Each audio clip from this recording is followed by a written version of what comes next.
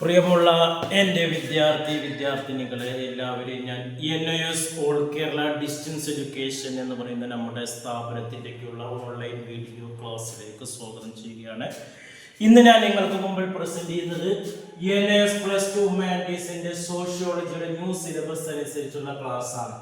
13ാമത്തെ ചാപ്റ്ററിലെ family എന്ന് പറയുന്ന ചാപ്റ്ററിലെ ഓരോ മാർക്കിൻ്റെയും MCQ ക്വസ്റ്റ്യൻസ് ആണ് നിങ്ങളുടെ മുമ്പിൽ അവതരിപ്പിക്കുന്നത്. ആദ്യമായിട്ട് എൻ്റെ വീഡിയോ കേൾക്കുന്ന എല്ലാവരും ലൈക്ക് ചെയ്യുക, ഷെയർ ചെയ്യുക, കമൻറ്റ് ചെയ്യുക, സബ്സ്ക്രൈബ് ചെയ്യുക. നമുക്കറിയാം 2024 മുതൽ എക്സാം എഴുതുന്ന വിദ്യാർത്ഥികൾക്ക് ഇനി പുതിയ സിലബസും പുതിയ ക്വസ്റ്റ്യൻ പേപ്പറും മോഡലായിരിക്കും. ഓൾറെഡി 2023 വരെ അഡ്മിഷൻ എടുത്ത് എക്സാം എഴുതുന്നവരും എക്സാം എഴുതാൻ പറ്റാതെ പിന്നീട് എക്സാം എഴുതുന്നവരൊക്കെ പഴയ സിലബസ് തന്നെ ഫോളോ ചെയ്താൽ മതി. 2024 മുതൽ അഡ്മിഷൻ എടുത്ത വിദ്യാർത്ഥികൾ മൊത്തം സിലബസിൻ്റെ 60% മാത്രം പഠിച്ചാൽ മതി. ബാക്കി 40% എക്സാമിൽ നിന്ന് ഒഴിവാക്കിയിട്ടുണ്ട്. അത് നിങ്ങൾക്ക് അസൈൻമെൻറ്റ് ക്വസ്റ്റ്യൻസ് ആണ്. ആ 60% തന്നെ നമ്മൾ പഠിക്കേണ്ട ചാപ്റ്ററുകൾ മാത്രമാണ് ക്ലാസ് എടുക്കുന്നത്. അതിൽപ്പെട്ട ചാപ്റ്ററാണ് നിങ്ങൾക്ക് ഫാമിലി എന്ന് പറയുന്നൊരു ചാപ്റ്റർ. ക്വസ്റ്റ്യൻ പേപ്പറിൻ്റെ ആദ്യ ഭാഗം എടുത്തു കഴിഞ്ഞാൽ 20 ക്വസ്റ്റ്യൻസ് ഓരോ മാർക്കിൻ്റെ 1 വേർഡ് ക്വസ്റ്റ്യൻസ് ആണ്.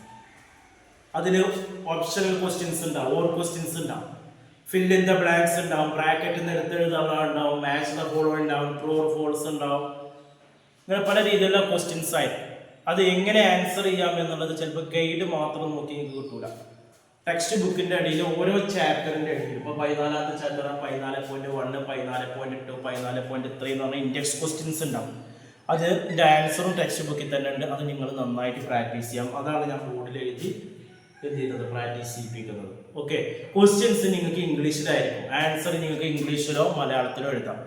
ആദ്യത്തെ 20 ക്വസ്റ്റ്യൻസ് ഓരോ മാർക്കിൻ്റെ നിങ്ങൾ പരമാവധി ഇതേപോലുള്ള 1 വേർഡ് ക്വസ്റ്റ്യൻ ഇംഗ്ലീഷിൽ തന്നെ എഴുതാൻ നോക്കുക.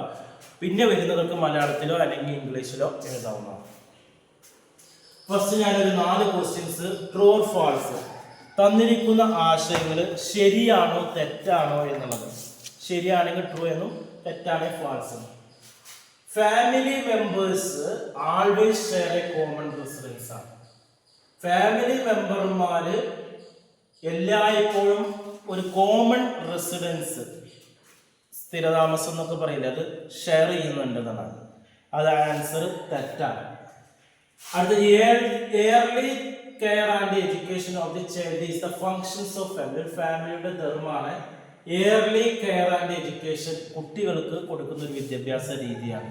കുട്ടികളെ പരിപാലിക്കലും അവർക്കുള്ള വിദ്യാഭ്യാസ രീതികളൊക്കെ ഉൾപ്പെടുന്ന ഒരു പദ്ധതിയാണ്. അത് ഫാമിലിയുടെ ധർമ്മമാണ്. അത് ട്രൂ ആണ്.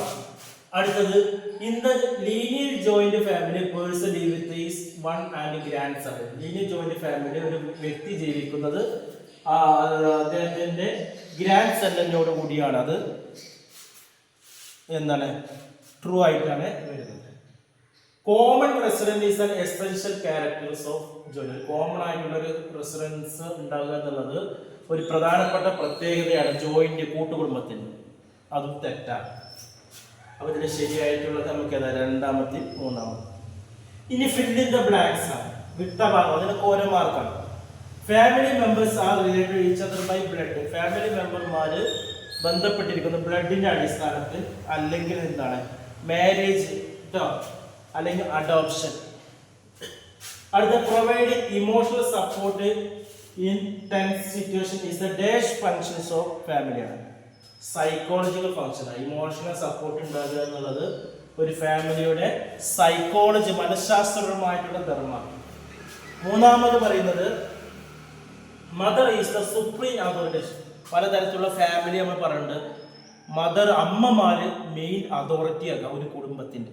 ആ കുടുംബത്തിൻ്റെ പേരെന്താണ്? അതാണ് മാട്രിയാർക്കൽ ഫാമിലി എന്ന് പറയുന്നത്.